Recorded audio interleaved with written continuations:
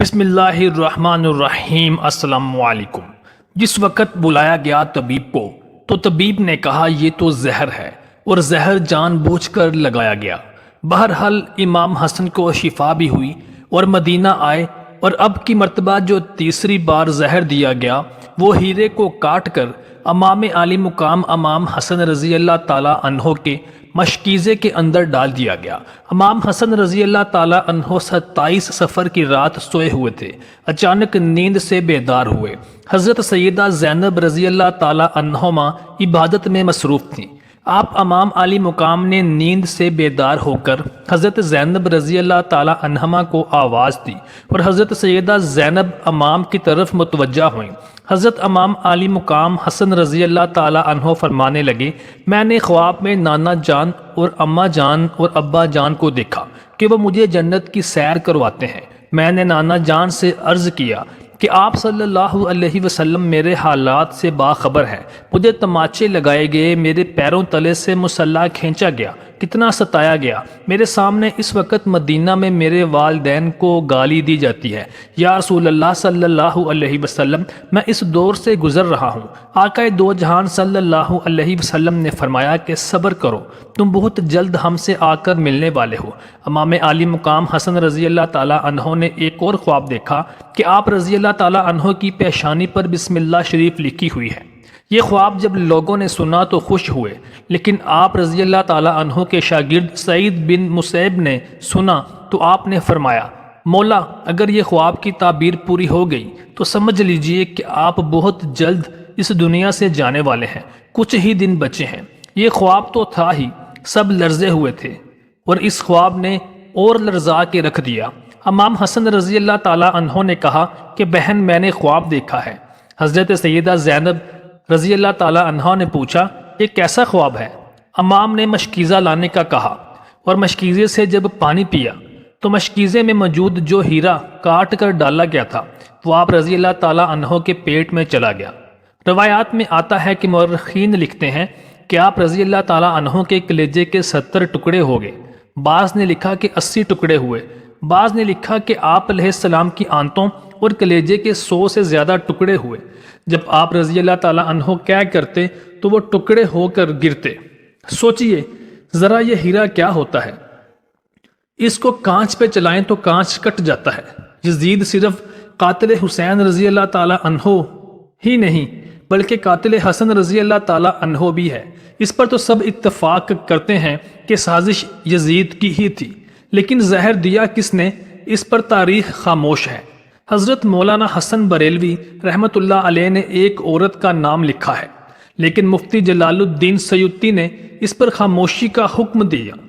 مورخین اس معاملے میں اتنے الجھے ہوئے ہیں کہ کوئی واضح موقف پیش نہیں کیا جاتا، لیکن پڑھے لکھے لوگ ہیں، ان کے لیے ایک بات ہے کہ زہر دینے والا کون ہے۔ جس وقت ٹکڑے ہو کر کلیجے کے گرنے لگے تو امام عالی مقام امام حسن رضی اللہ تعالی عنہ نے سیدنا حسین رضی اللہ تعالی عنہ کو بلانے کا حکم دیا تاکہ کچھ نصیحت کر دوں۔ حضرت حسین رضی اللہ تعالی عنہ تشریف لائے اور حالت دیکھ کر گلے مل کر خوب روئے۔ بھائی بتاؤ آپ کو زہر کس نے دیا؟ بھائی مجھے جس پر شک ہے اگر وہی ہے تو اللہ بہترین انتقام لینے والا ہے، اور شک کی بنیاد پر کسی کو قتل نہیں کیا جا سکتا، کیونکہ میں نام لوں گا تو تم قتل کر دو گے، اور شک کی بنیاد پر کسی کو قتل نہیں کیا جا سکتا۔ اللہ تعالیٰ بہترین انتقام لینے والا ہے۔ جب امام حسن رضی اللہ تعالی عنہ نے سیدنا امام حسین رضی اللہ تعالی عنہ کو نہیں بتایا کہ قاتل کون ہے تو حتمی طور پر کسی کے بارے میں یہ فیصلہ کر دینا کہ فلاں قاتل ہے، میں سمجھتا ہوں کہ یہ زیادہ مناسب نظر نہیں آتا۔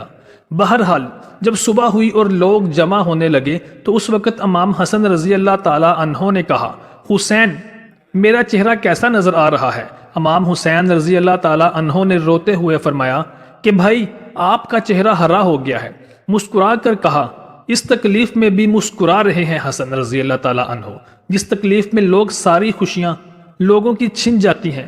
حسن مجتبی رضی اللہ تعالی عنہ نے جب سنا کہ میرا چہرہ ہرا ہوا ہے تو فرمایا، حسین یاد ہے نانا کی حدیث معراج مکمل ہو گئی ہے۔ حسین رضی اللہ تعالی عنہ نے پوچھا کہ حدیث معراج کیا ہے؟ تو امام عالی مقام حسن رضی اللہ تعالیٰ عنہ نے فرمایا کہ جب میرے حضور صلی اللہ علیہ وسلم معراج پر گئے اور ہماری پیدائش بھی نہیں ہوئی تھی تو نانا معراج پر جنت کی سیر کر رہے تھے تو جنت میں 2 محلات دیکھے، ایک ہرا تھا اور ایک لال تھا۔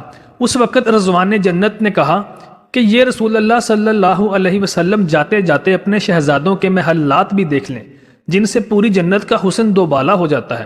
حضور صلی اللہ علیہ وسلم نے فرمایا یہ ہرا محل کس کا ہے اور لال محل کس کا ہے؟ اس نے کہا لال تو حسین رضی اللہ تعالیٰ عنہ کا ہے اور ہرا حسن رضی اللہ تعالیٰ عنہ کا ہے۔ میرے حضور صلی اللہ علیہ وسلم نے پوچھا کہ رضوان یہ تو بتاؤ کہ حسن کا ہرا کیوں ہے اور حسین کا لال کیوں ہے؟ تو رضوان نے جنت کی گردن جھک گئی، آنکھوں میں آنسو آ گئے۔ اہل بیت کی محبت میں رضوان جنت بھی روتا ہے، جبکہ جنت میں کوئی رو نہیں سکتا۔ جنت وہ ہے جہاں رویا نہیں جاتا، لیکن یہ شہادت حسنین کریم ہے، اسے جب بھی یاد کیا جاتا ہے تو رضوان جنت بھی روتا ہوا دکھائی دیتا ہے۔ رضوان کی عرض کرنے کی ہمت نہ ہوئی تو حضرت جبرائیل علیہ السلام جبریل امین آئے اور عرض کیا یا رسول اللہ صلی اللہ علیہ وآلہ وسلم میں آپ کو بتاتا ہوں، اللہ کے حکم سے یہ ہرا اس لیے ہے کہ حضرت حسن رضی اللہ تعالیٰ عنہ کو زہر دیا جائے گا اور ان کا چہرہ اور ان کا جسم مبارک ہرا ہو جائے گا، اور حضرت حسین رضی اللہ تعالیٰ عنہ کو کربلا کے میدان میں شہید کیا جائے گا اور شہادت کی وجہ سے خون سے سارا جسم لال ہو جائے گا۔ اس لیے حسین رضی اللہ تعالیٰ عنہ کا لال اور حسن رضی اللہ تعالیٰ عنہ کا محل ہرا ہے۔ یہ حدیث معراج پوری ہو رہی ہے۔ اس کے بعد حضرت حسن رضی اللہ تعالیٰ عنہ نے لوگوں کو جانے کا حکم دیا اور گھر والوں کو ٹھہرنے کا کہا۔ اس وقت مولا حسن رضی اللہ تعالیٰ عنہ کے 3 یا 4 بیٹے تھے۔ ان بیٹوں میں ایک بڑا بھی تھا جس کی عمر صرف 7 سال تھی۔ وہ بڑا خوبصورت تھا اور اس کا نام قاسم تھا اور ماں کا نام فروہ تھا۔ فروہ قاسم کے سر پر ہاتھ پھیر رہی تھی اور اپنے شوہر کی طرف دیکھ رہی تھی، گویا ان کے سامنے اپنی بیوگی گم رہی تھی۔ ہائے بیوگی، ہائے بے بسی، ہائے بے بسی، لیکن زبان سے کچھ نہ کہہ سکتی تھی۔ جب سارے لوگ چلے گئے حتیٰ کہ کوئی نہ بچا تو حضرت امام علی مقام حسن رضی اللہ تعالیٰ عنہ نے اپنے بازو پر بندھے ہوئے تعویذ کو کھولنے کا حکم دیا۔ تعویذ کھولا اور کھول کر حضرت امام حسن رضی اللہ تعالیٰ عنہ نے کہا میرے بیٹے قاسم کو میرے پاس لاؤ۔ اپنے ہاتھوں سے وہ تعویذ بیٹے قاسم کے بازو پر باندھ دیا اور فرمایا بیٹا ایک وقت آئے گا جب تو شدید مصیبت میں گرفتار ہو جائے گا، اس وقت یہ تعویذ کھول کر دیکھ لینا۔ اس کے بعد حضرت حسین رضی اللہ تعالیٰ عنہ کو بلایا اور بلا کر وصیت کی اور کہا حسین صبر سے کام لینا، اور میری تمنا ہے کہ جس وقت میرا جنازہ اٹھے تو مجھے نانا جان کے قدموں میں دفن کر دینا، میں نانا جان کے قدموں میں دفن ہونا چاہتا ہوں۔ امام علی مقام حضرت امام حسن رضی اللہ تعالیٰ عنہ 28 صفر کو اور ایک روایت کے مطابق 29 صفر کو اور ایک روایت کے مطابق 5 ربیع الاول کو شہید ہو گئے، اس طرح سے کہ آپ رضی اللہ تعالیٰ عنہ کا پورا جسم ہرا ہو چکا تھا اور اندر کی آنتوں کے ٹکڑے قے کی صورت میں باہر گرتے پڑتے تھے۔ آپ رضی اللہ تعالیٰ عنہ کا جنازہ اٹھایا گیا، لیکن یہ بھی تاریخ کا ایک بدترین باب ہے کہ جب آپ رضی اللہ تعالیٰ عنہ کا جنازہ باہر لایا گیا اور حضور صلی اللہ علیہ وآلہ وسلم کے روزے حضرت امام حسن رضی اللہ تعالیٰ عنہ کو دفن کرنا چاہا تو بنی امیہ کے وہ غلیظ انسان جسے دنیا مروان کہتی تھی، بدترین آدمی جس پر میرے آقا نبی کریم صلی اللہ علیہ وسلم نے لعنت کی تھی، اس نے کہا میں ان کو دفن نہیں ہونے دوں گا۔ امام حسین رضی اللہ تعالیٰ عنہ نے کہا کہ میرے بھائی امام حسن رضی اللہ تعالیٰ عنہ کی وصیت ہے، میں دفن کروں گا۔ یہاں تک کہ مورخین نے لکھا ہے کہ اس ظالم مروان نے اپنی کمان سے تیر نکالا اور امام حسن رضی اللہ تعالیٰ عنہ کے مبارک لاشے پر چلانا شروع کر دیا۔ بعض روایات کے مطابق اس نے 13 تیر امام علی مقام حسن رضی اللہ تعالیٰ عنہ کے لاشے پر چلائے، جس سے آپ کے لاشے سے خون جاری ہو گیا، اور یہ آپ رضی اللہ تعالیٰ عنہ کی کرامت ہے کہ آپ کی وفات کے بعد بھی آپ کے لاشے سے بھی خون جاری ہوا۔ سیدہ زینب رضی اللہ تعالیٰ عنہما بیان کرتی ہیں کہ فاطمہ کے 2 بیٹوں کے جنازے میں نے دیکھے ہیں۔ حسن رضی اللہ تعالیٰ عنہ کو تو 2 بار کفن ملا ہے، لیکن حسین رضی اللہ تعالیٰ عنہ کو 1 بار بھی کفن نہ ملا۔ لوگوں نے کہا کہ حسن رضی اللہ تعالیٰ عنہ کو 2 بار کیسے ملا؟ تو کہا جب مروان نے حسن کے لاشے پر تیر چلایا تو وہ تیر لگا تو کفن سے خون کی فوار نکل پڑی، جس کی وجہ سے لوگوں نے کہا کہ کفن کے اوپر ایک اور کفن ڈال دو۔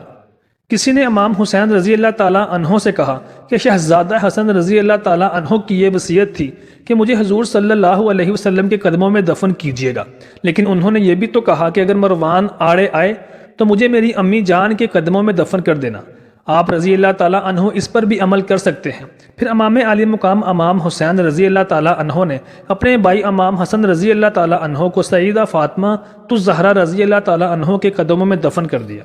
محترم دوستو، امید کرتے ہیں کہ آپ کو ہمارا آج کا بیان اچھا لگا ہوگا۔